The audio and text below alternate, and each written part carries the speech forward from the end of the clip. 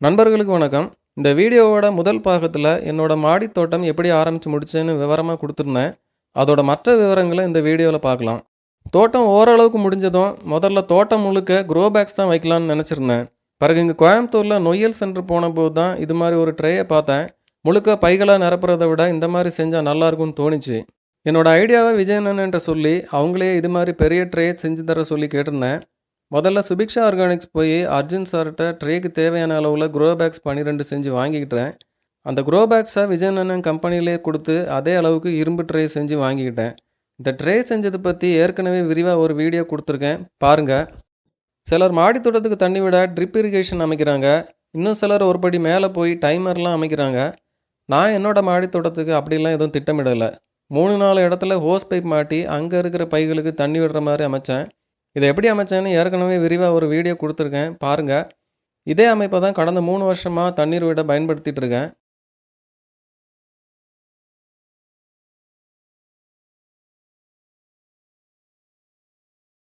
அடுத்ததாக மாடித்தோட்டம் செய்யும் போதே கீழே சில பந்தல் அமைப்புகள்லாம் செய்ய நினச்சிருந்தேன். காய்கறிகளில் பாதிக்கு மேலே பந்தல் காய்கறிகள் தான். புடலை, பாகல், பீர்க்கன், சொரக்காய், அவரை, பூசணி அப்படின்னு ஒரு பெரிய பட்டியலே சொல்லலாம். ஒரு சீசனில் காய்கறிகள் தொடர்ந்து கிடைக்கணும் அப்படின்னா பந்தல் காய்கறிகள் ரொம்ப அவசியம். ஒவ்வொரு கொடிக்கும் பந்தல் அப்படிங்கும்போது நிறைய பந்தல் அமைப்பு தேவைப்படுது. அதனால் முடிஞ்ச அளவுக்கு நிறைய பந்தல் அமைக்க திட்டமிட்டிருந்தேன். முதல்ல வீட்டுக்கு முன்னால் கார் பார்க்கிங் இடத்துல மேலே மொத்தமாக ஒரு பெரிய பந்தல் அமைப்பு செய்ய நினச்சிருந்தேன். அப்போ தான் ஒரு திராட்சை கொடி ஒன்று வீட்டில் வச்சுருந்தேன். அதை விடுறதுக்கு பந்தல் செஞ்ச மாதிரியும் இருக்கும், கார் பார்க்கிங் மேலே ஒரு பந்தல் அமைப்பு போட்ட மாதிரியும் இருக்கும் அப்படின்னு கொஞ்சம் பெரிய அளவில் திட்டமிட்டு உறுதியான கம்பிகள் வச்சு செஞ்சோம். மேலே ஏறி நடக்கிற அளவுக்கு உறுதியாக செஞ்சோம்.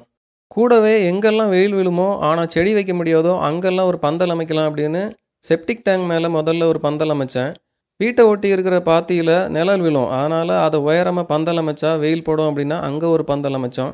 அதுக்கப்புறம் மாடியில் தோட்டத்துக்கு வெளியே ஒரு பந்தல் அமைச்சோம். இது மூலமாக மொத்தமாக 4 பந்தல் அமைப்பு கிடச்சிது.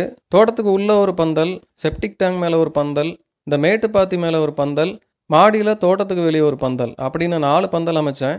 இப்போ இஷ்டத்துக்கு கொடி காய்கறிகள் வளர்க்க இடம் கிடச்சிருச்சு. அடுத்ததாக மூங்கில் கம்புகளை வச்சு பந்தல் செய்கிறதுக்குள்ளே தான் ஒரு வழி ஆகிட்டேன்.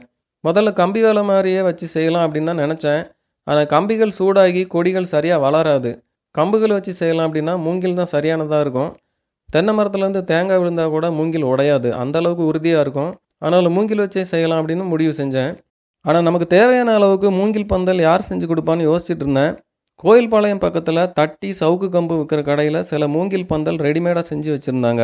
அவங்ககிட்ட போய் யார் செஞ்சு கொடுப்பான்னு விசாரித்து இங்கே சரவணம்பட்டியில் ஒருத்தர் விவரம் கிடச்சிது. விசாரித்து அவர் வீட்டை கண்டுபிடிச்சி போய் பார்த்தா இன்றைக்கி நம்ம அரசாங்கத்தையும் தமிழ்நாட்டையும் வாழ வைக்கிற குடிமகன்களில் ஒருத்தராக இருந்தார். நல்ல வயசானவராக இருந்தார், நல்ல போதை, ஃபுல் டைமும் தண்ணியில் தான் இருப்பார் போல். போய் விவரம் சொன்னேன். காரமடையில் தான் நல்ல பெரிய மூங்கில் கிடைக்கும், அதை வாங்கிட்டு வந்து பிளந்து தேவையான அளவுக்கு பந்தல் செஞ்சு தரேன் அப்படின்னாரு. வீட்டுக்கு வந்து அளவுலாம் எடுத்து எத்தனை மூங்கில் தேவைப்படும்னு ஒரு கணக்கு எடுத்துக்கிட்டார். பெரிய மூங்கில் ஒரு 20 தேவைப்படும், ஒரு 5000 ரூபா கொடுங்க அப்படின்னு கேட்டார். காசை கொடுத்தா நேராக டாஸ்மாக் தான் போவார்னு தெரியும். அதனால் அவரையும் கூட்டிக்கிட்டு நானே காரமடைக்கு போய் ஒரு 20 மூங்கில் வாங்கிட்டு வந்தோம். ஒவ்வொரு மூங்கிலோட விலை 250 ரூபா வந்துச்சு.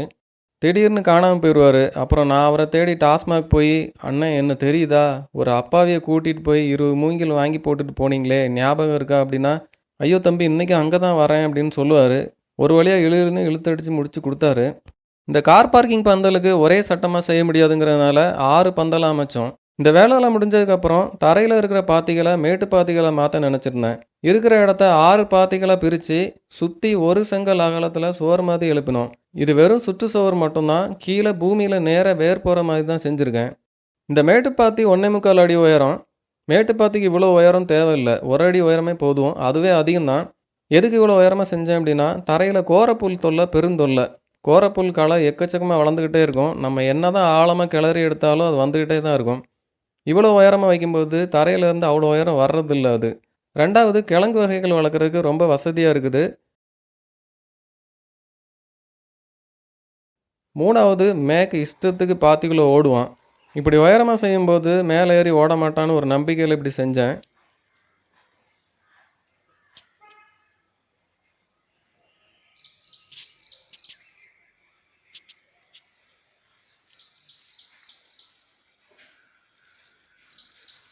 இந்த மேட்டுப்பாத்தி நல்லா பயன்படுது. கருணக்கிழங்கு, மரவள்ளி கிழங்குன்னு எல்லாமே சூப்பராக வருது.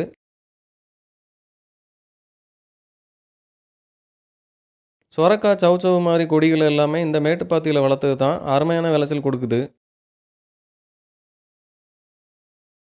கடைசியாக கலர் மீன்கள் வளர்க்க வீட்டுக்கு முன்னாடி ஒரு பெரிய சிமெண்ட் தொட்டி அமைக்க திட்டமிட்டிருந்தேன். இதுக்கு முந்தி வீட்டுக்கு பின்னாடி இதை விட பாதி அளவில் ஒரு தொட்டியில் தான் கலர் மீன்கள் வளர்த்துட்டு வந்தேன். கையோட மீன்களுக்கும் ஒரு பெரிய தொட்டி கட்டினா என்னன்னு தோணிச்சு. நான் பறவைகள் பற்றி பேசுகிறேன், மேக் பற்றி பேசுகிறேன், இயற்கை பற்றி பேசுகிறேன். இந்த மீன்கள் வளர்ப்போம் அப்படி தான்.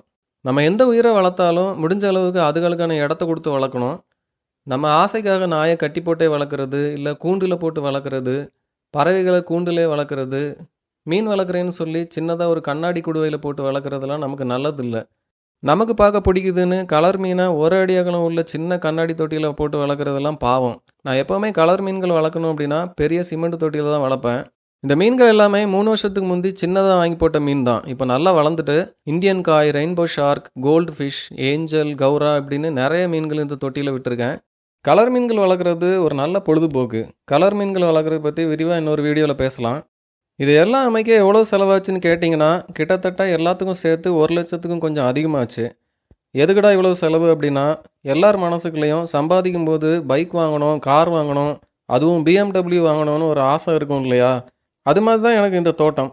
BMWவோட நிறுத்தினா எப்படி, அடுத்ததாக ரோல்ஸ் ராய்ஸ் வாங்கணும்னு ஆசை வந்தால் தப்பு இல்லையே. அதுதான் என்னோட முதல் வீடியோவில் சொன்ன என்னோட கனவு தோட்டம். அதையும் சீக்கிரம் ஆரம்பிக்கணும். இந்த வீடியோ பற்றி உங்கள் கருத்துக்களை சொல்லுங்கள். இந்த வீடியோ பிடிச்சிருந்தா லைக் பண்ணுங்கள். உங்கள் நண்பர்களுக்கு வீடியோவை ஷேர் பண்ணுங்கள். மறக்காமல் சேனலை சப்ஸ்கிரைப் பண்ணிக்கோங்க. நன்றி.